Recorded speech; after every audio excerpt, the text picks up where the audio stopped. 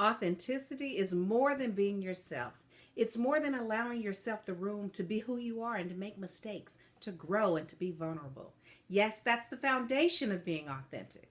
But to me, authentic leadership also represents the impact you have on others and your ability to allow them to be exactly who they are, to meet them where they are without any judgment or concept of how they should be. Your role as a leader is definitely to develop people, but it must not be at the expense of stripping away the essence of who they are. Let me tell you a quick story that highlights what I mean. Several years back, I received feedback from a leader that I didn't exude as much professional presence as they wished I did.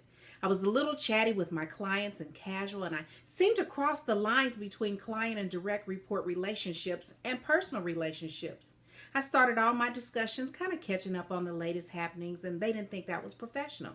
So I started to be very focused on drawing boundaries and making sure I compartmentalize my working relationships. I worked very hard to stifle my personality so that when I was in front of my team and my clients, I was very professional and treated them accordingly.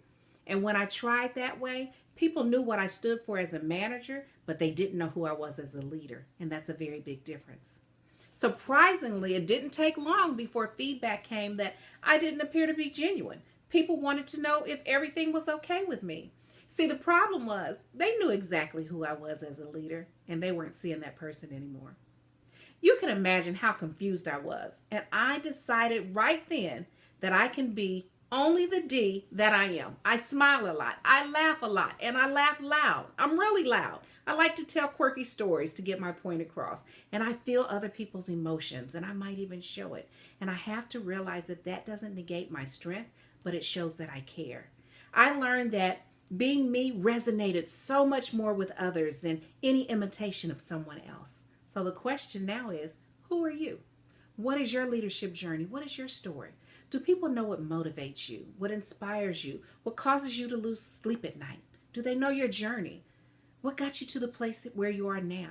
Do they know what your aspirations are, or do they only know what you want them to see?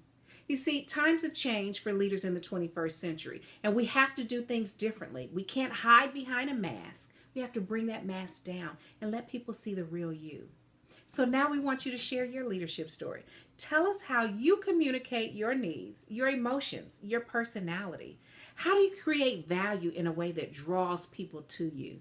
We'd love to hear from you. We'd love to hear your thoughts about authentic leadership.